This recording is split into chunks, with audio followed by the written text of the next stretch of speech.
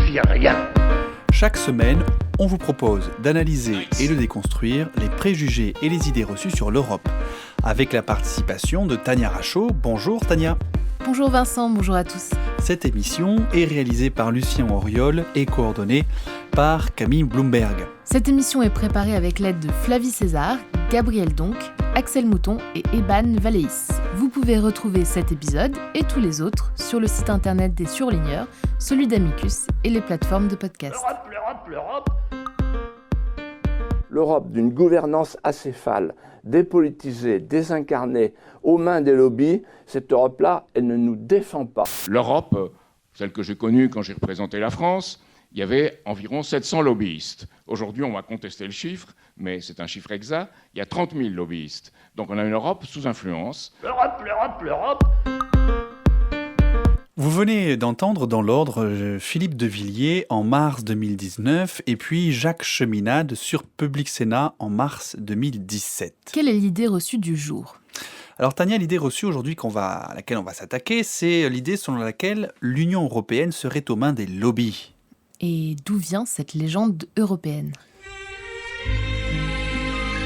Alors cette légende, cette idée reçue n'est pas uniquement propre à l'Union européenne. L'influence des lobbies est une question qui revient de manière récurrente en France et dans la plupart des pays démocratiques. C'est vrai, mais comment elle s'est répandue ?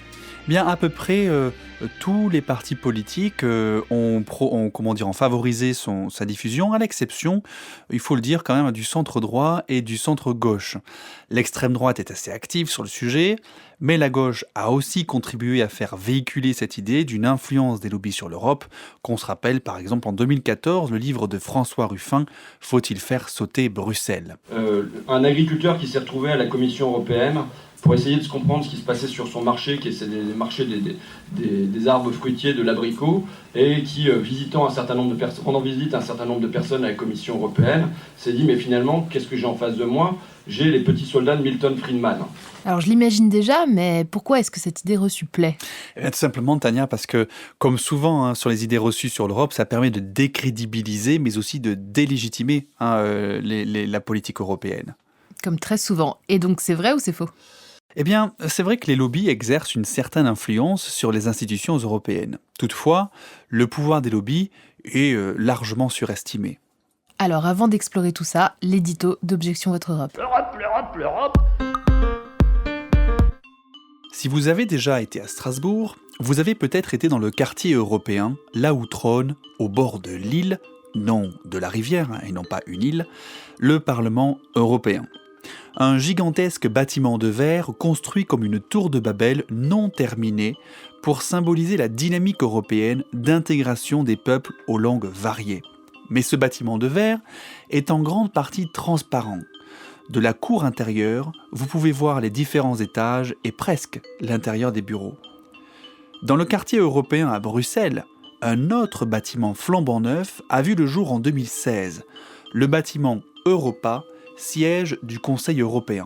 Cette construction ultramoderne représente une amphore géante fermée dans un cube de verre évidé et totalement transparent. Alors cette fièvre translucide est une tendance européenne bien identifiée, sans doute dans une Europe en proie aux critiques, injustes, il faut le dire, sur une soi-disant opacité de son fonctionnement. Une Europe qui veut absolument paraître transparente, en plus de l'être réellement. L'Europe. Vous êtes bien dans Objection Votre Europe et aujourd'hui, donc, on s'attaque à une idée reçue, l'idée selon laquelle les lobbies dirigeraient l'Europe. Déjà, pour commencer, il faut savoir que, et vous ne le savez sans doute pas, que l'Église est un lobby. Elle est inscrite au registre de transparence de l'Union européenne et sous le nom la Comes, et qui ressemble à s'y méprendre à une entreprise de lobby d'ailleurs. Son budget annuel d'un peu plus de 1,2 million d'euros est supérieur à ce que dépense BMW dans ses relations avec les institutions européennes et là aussi bien supérieur à ce qu'une ONG internationale comme Oxfam va aussi dépenser en lobbying. Depuis 2000 ans, l'Église poursuit une mission de service public, c'est en tout cas ce qu'écrit la Comes en 2017 à Franz Timmermans, premier vice-président de la Commission européenne, pour expliquer sa présence au registre de transparence européen. Oui, c'est vrai que c'est surprenant, mais en fait, le lobbying, c'est quoi ? Le lobbying, c'est un outil de participation des acteurs non élus au processus de décision et d'ailleurs, on parle aussi de plaidoyer. Oui, Tania, et quand ce sont les GAFA, c'est-à-dire les grandes entreprises du numérique, GAFA, l'acronyme pour Google, Amazon, Facebook et Apple, eh bien, c'est parfois compliqué à gérer. Un ancien député européen, Jean-Marie Cavada, ancien d'ailleurs président de Radio France, témoignait en 2018 à propos de la directive droit d'auteur. Ce sont des gens qui ont accès au Parlement européen. Ils sont chez eux. Moi et 3 ou 4 autres députés avons reçu entre 7 000 et 10 000 mails sur notre ordinateur. Une horreur. Nous avons également eu droit à une campagne téléphonique massive avec toujours le même message. « Allô, je suis au bureau de Jean-Marie Cavada ? Oui. Il faut voter contre l'article 11 et 13. Mais de quel texte parlez-vous ? Il faut voter contre l'article 11 et 13. » D'un côté, on a Google et YouTube, vent debout contre cette directive relative aux droits d'auteur qui renforce leur responsabilité lorsqu'ils hébergent des vidéos qui violent les droits d'auteur, et puis qui aussi les oblige à rémunérer la presse lorsqu'ils utilisent son contenu. De l'autre côté, on a les éditeurs de presse, les auteurs, qui veulent impérativement que cette directive soit adoptée en l'état afin qu'ils soient mieux protégés et mieux rémunérés, et que les recettes de la création artistique européenne, 500 petits milliards d'euros par an quand même, soient moins captées par les grandes entreprises du numérique. Ils se battent donc à coups de tribunes ou d'autres moyens plus originaux. YouTube a par exemple demandé à ses YouTubers de s'exprimer en ligne contre la directive, une véritable campagne menant parfois à du cyberharcèlement contre les députés et les commissaires européens. Et j'ose à peine en reparler tellement on la cite, mais dans la série Parlement, il y a une belle illustration de ce rôle omniprésent des lobbyistes. Et d'ailleurs, vivement la saison 2. Tania, la série Parlement à voir sur France 2 TV, c'est ça en replay ? Tout à fait. Voilà. L'association Edima, qui représente les grandes plateformes du numérique, mobilise d'ailleurs 2 de ses 4 salariés à temps plein uniquement pour commenter chaque nouvelle proposition émanant des élus dans le cadre de cette directive sur les droits d'auteur. En face, la presse et les sociétés d'auteurs organisent des rencontres avec des élus à Bruxelles pour tenter de les convaincre de conserver le texte tel quel.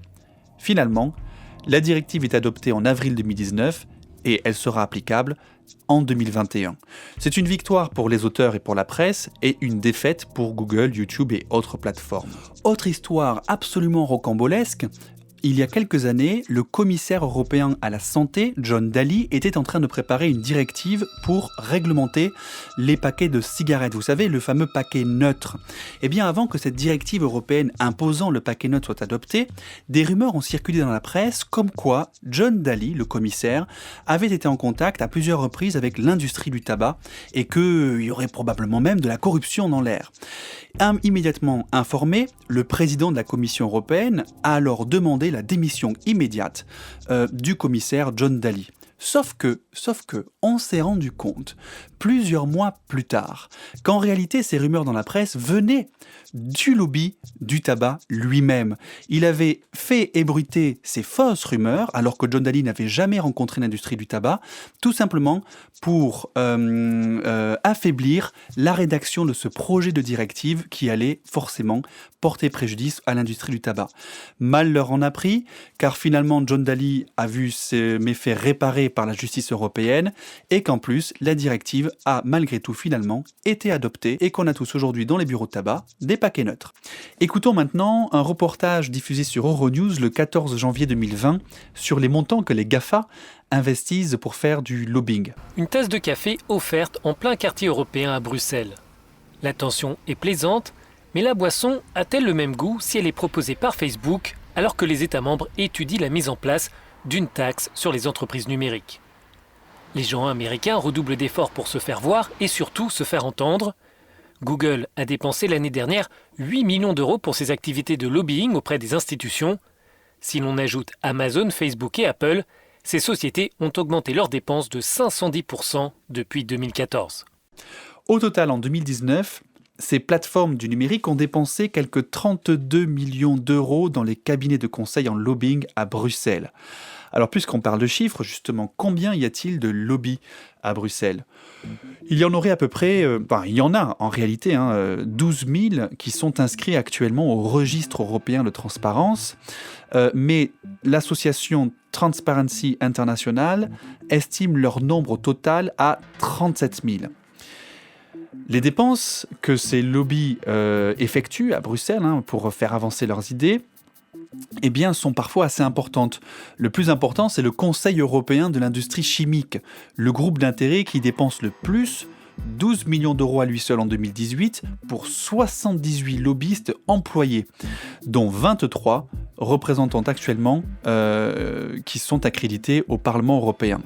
En termes d'activités, de rencontres, eh bien là, c'est plutôt l'américain Google qui, lui, a la palme, parce qu'avec plus de 200 rencontres avec les membres de la Commission européenne entre novembre 2014 et juin 2015, c'est lui qui est le plus actif.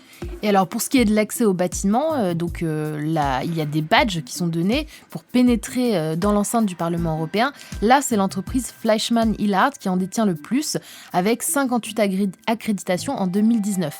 Rappelons que c'est cette entreprise qui défend Monsanto. Oui, et cette compagnie, décrite par le quotidien Le Monde comme l'une des plus grandes sociétés de relations publiques américaines, aurait notamment été mandatée en France et en Europe pour défendre les produits de Monsanto et surtout le glyphosate. Mais alors, pourquoi autant de lobbyistes auprès des institutions de l'Union européenne ? Eh bien parce que l'Union, en fait, agit dans un grand nombre de domaines. Et surtout, elle agit souvent en amont des États. Quand l'Union européenne adopte une directive, cette directive ne produira ses effets que plusieurs années après. C'est donc là qu'il faut agir. Après, il est trop tard. Ce qui est étonnant, c'est de voir que les lobbies ont compris où était une bonne partie du pouvoir, à Bruxelles, alors que les Français rechignent toujours à s'intéresser aux affaires de l'Europe. Pour rappel, avec seulement 3% d'actu européenne dans les JT en France en 2017, nous sommes parmi les moins bien informés des Européens.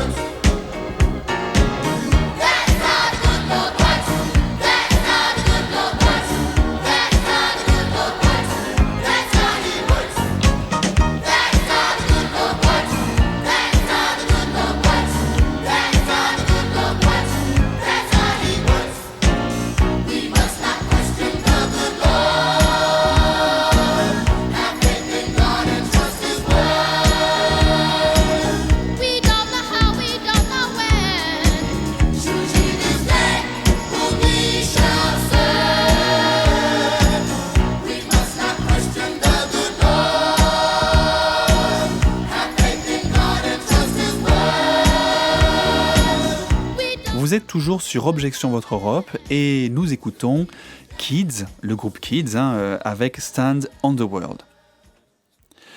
Et dans Objection Votre Europe, on se pose la question aujourd'hui de savoir si les lobbies dirigent vraiment l'Europe ou pas. On a vu qu'ils étaient très nombreux, qu'ils dépensaient beaucoup d'argent. Mais tous ces lobbyistes à Bruxelles, ils ne sont pas arrivés là tout seuls. La Commission européenne a une responsabilité dans leur intense activité. À l'origine, le lobby est là pour apporter une expertise que le législateur n'a pas. Et le sociologue Sylvain Laurens nous explique notamment les origines du lobby à Bruxelles. Il est chercheur à l'École des hautes études en sciences sociales. On l'écoute sur France Culture. Au fil du temps, la Commission européenne a énormément externalisé vers l'extérieur son besoin d'expertise. Et sur tout un tas de dossiers, elle est très dépendante du point de vue donné par les représentants d'intérêts économiques. Et une des façons de répondre à votre question, mais en le prenant dans l'autre sens, c'est quelle est la capacité d'expertise propre et au service du grand public de la Commission européenne sur tout un tas de dossiers. Et le pouvoir des lobbies n'est jamais aussi fort, finalement, que sur des dossiers sur lesquels la Commission européenne n'a pas un point de vue déjà nourri par une expertise autonome. Alors on peut même remonter plus loin que les années 60, dans les années 50, alors que vient de se créer la Communauté européenne du charbon et de l'acier, la première base de la construction européenne, la Commission pousse l'industrie de l'acier à s'organiser pour pouvoir la conseiller. Il faut dire que les États membres n'ont pas donné beaucoup de moyens à la Commission pour fonctionner, qu'elle a peu de personnel et donc une faible expertise. Et c'est ainsi que se crée le premier lobby de l'histoire européenne, Eurofer. Tout premier lobby a travaillé auprès de la Commission européenne. On pourrait presque dire que les lobbies accompagnent la création de l'Union européenne. Et ce serait presque possible puisque c'est une activité très ancienne. Ah oui, effectivement, les lobbies ont accompagné presque la construction de l'État moderne et de la politique telle qu'on la connaît aujourd'hui. Pour l'historien Arnold Sherman, historien américain, il faut remonter au XVIIe siècle, au moment de la création de la Compagnie britannique des Indes orientales, pour voir apparaître les prémices du lobbying des entreprises. Alors c'est ancien, le lobbying, mais c'est aussi régulé. La culture de la transparence, propre surtout à l'Europe du Nord, a poussé la Commission européenne à mieux encadrer cette activité. Et pour mieux contrôler les lobbies, il faut d'abord les recenser. Sur ce point, le modèle français est d'ailleurs à la traîne par rapport au modèle américain de réglementation des groupes d'intérêt. Alors déjà, la définition française de la représentation d'intérêt ou du lobby est beaucoup moins précise et accessible que la version américaine. Et la loi de 2016 a établi un cadre qui a des années de retard sur ce modèle américain. Une partie de cette loi, d'ailleurs, a été censurée par le Conseil constitutionnel, notamment en lien avec la liberté d'entreprendre. Pourtant, il serait justement pertinent de reconnaître la participation de ces représentants d'intérêt, participation à la démocratie comme une expertise utile à la prise de décision politique, surtout dans une logique de transparence. Ils existent, ils agissent, mais qu'ils le fassent de façon visible. Oui, et bref, en tout cas, le modèle français se développe parallèlement à celui de l'Union européenne, mais pas nécessairement à l'unisson. Le régime juridique français des représentants d'intérêt est né de nombreux scandales à l'encontre d'élus, mais il faut encore progresser si l'on considère les pratiques actuelles des lobbies français. Par ailleurs, le manque de transparence se reflète également dans le discours concernant les lobbies. Ils apparaissent beaucoup plus méconnus que dans le monde anglo-saxon. Et enfin, les hauts fonctionnaires, les élus locaux, qui ont un grand pouvoir de décision dans certains domaines, ne sont pas du tout à l'abri d'une quelconque agressivité de la part des représentants d'intérêt. Et du côté de l'Union européenne, justement, il existe un registre européen de transparence pour la Commission et le Parlement qui date de 1995 et qui recense toutes les activités menées dans le but d'influer directement ou indirectement sur le processus de décision. Exactement, Tania, donc une définition assez large du représentant d'intérêt qu'on retrouve dans ce registre européen de transparence.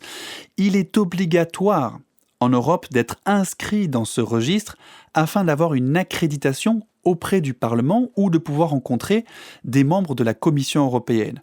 Toutefois, les lobbyistes peuvent toujours rencontrer les parlementaires de manière informelle. Et ça, en réalité, même s'il y a un gros effort de transparence au niveau européen sur l'activité des lobbies et sur les relations entre le politique et les lobbies, il faut reconnaître qu'il subsiste encore quelques trous noirs. Les règles de transparence ne s'appliquent pas au gouvernement, déjà, quand il se retrouve à Bruxelles, au sein du Conseil européen, au sein du Conseil, dans les différentes représentations des États à Bruxelles. Si bien que, en 2017, la médiatrice européenne a demandé au président du Conseil européen, à l'époque le Polonais Donald Tusk, d'envisager de publier des informations sur les réunions organisées entre son cabinet et les groupes d'intérêt dans le cadre d'une stratégie européenne pour plus de transparence. Sauf que Les États membres, réunis au sein du Conseil européen, mais aussi au sein du Conseil, ont toujours refusé d'être plus transparents sur leur documentation et les décisions qu'ils prennent. Autre sujet, le 23 novembre 2016 au Parlement européen, la députée socialiste Virginie Rosière dénonçait le fait que les groupes religieux n'avaient pas l'obligation de s'inscrire sur le registre européen de transparence. Et si la COMES, comme on a vu tout à l'heure, l'Église est inscrite, c'est tout simplement facultatif et de sa seule volonté. Écoutons Virginie Rosière au Parlement européen le 23 novembre 2016. Depuis 2011, la Commission européenne et le Parlement ont uni leurs efforts pour plus de transparence, au moyen d'un registre qui recense les représentants d'intérêts qui peuvent accéder aux institutions. Louable effort qui devrait se voir renforcé par la révision du 28 septembre dernier. Malheureusement, une catégorie entière de groupes d'influence échappe à ces obligations. En effet, les églises et communautés religieuses sont purement et simplement exemptées d'enregistrement. Ces organisations ont déjà, du fait de l'article 17 du traité, un accès privilégié aux institutions européennes. Le minimum serait qu'elles se voient appliquer les mêmes obligations de transparence. En tant que coprésidente de la plateforme du Parlement européen pour la laïcité, j'ai pu constater lors de nos réunions la présence de certains groupes, extrémistes comme Civitas, ou sectaires comme l'Église de Scientologie. Et les failles instaurées par cette révision ne peuvent que renforcer leur capacité à influencer nos décisions. Nous connaissons leur force de frappe en la matière et nul n'est besoin de leur faciliter la tâche. Alors, à défaut de pouvoir, pour l'instant, prémunir nos institutions de l'influence de groupes religieux, exposons au grand jour leurs pratiques. Trop de droits, trop de libertés sont en jeu pour maintenir l'obscurité. Il nous appartient de faire la lumière et de faire en sorte que la transparence soit la règle. On voit donc que le lobbying est très actif, mais qu'il est aussi difficile de l'empêcher totalement.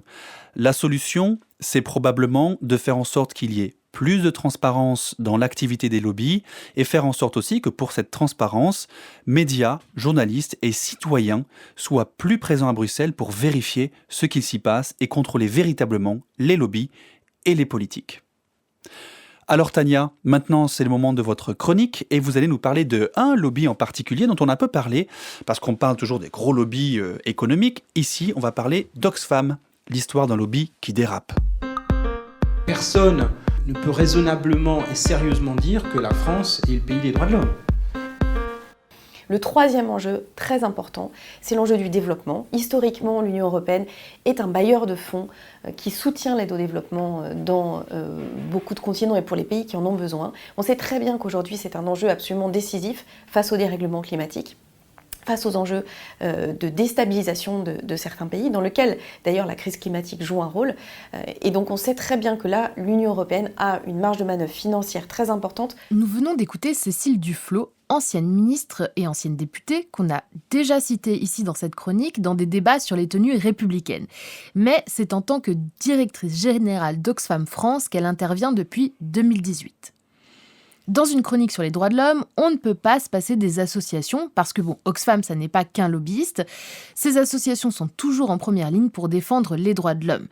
Mais aujourd'hui, nous allons malheureusement voir que même dans des associations de défense des droits de l'homme, il existe des travers, des scandales, et qui ont justement éclaboussé Oxfam.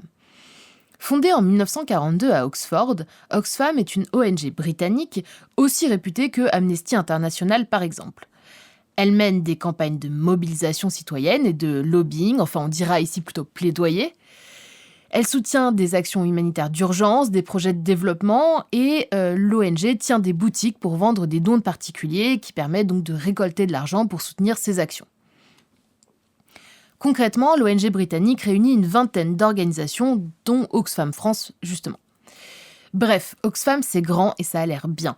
Sauf que en 2011, au cours d'une mission en Haïti, à la suite du séisme qui avait ravagé l'île en 2010, plusieurs employés de l'ONG auraient fait appel à des prostituées, dont certaines mineures, je répète des mineurs, et tout ça dans des hôtels payés par Oxfam.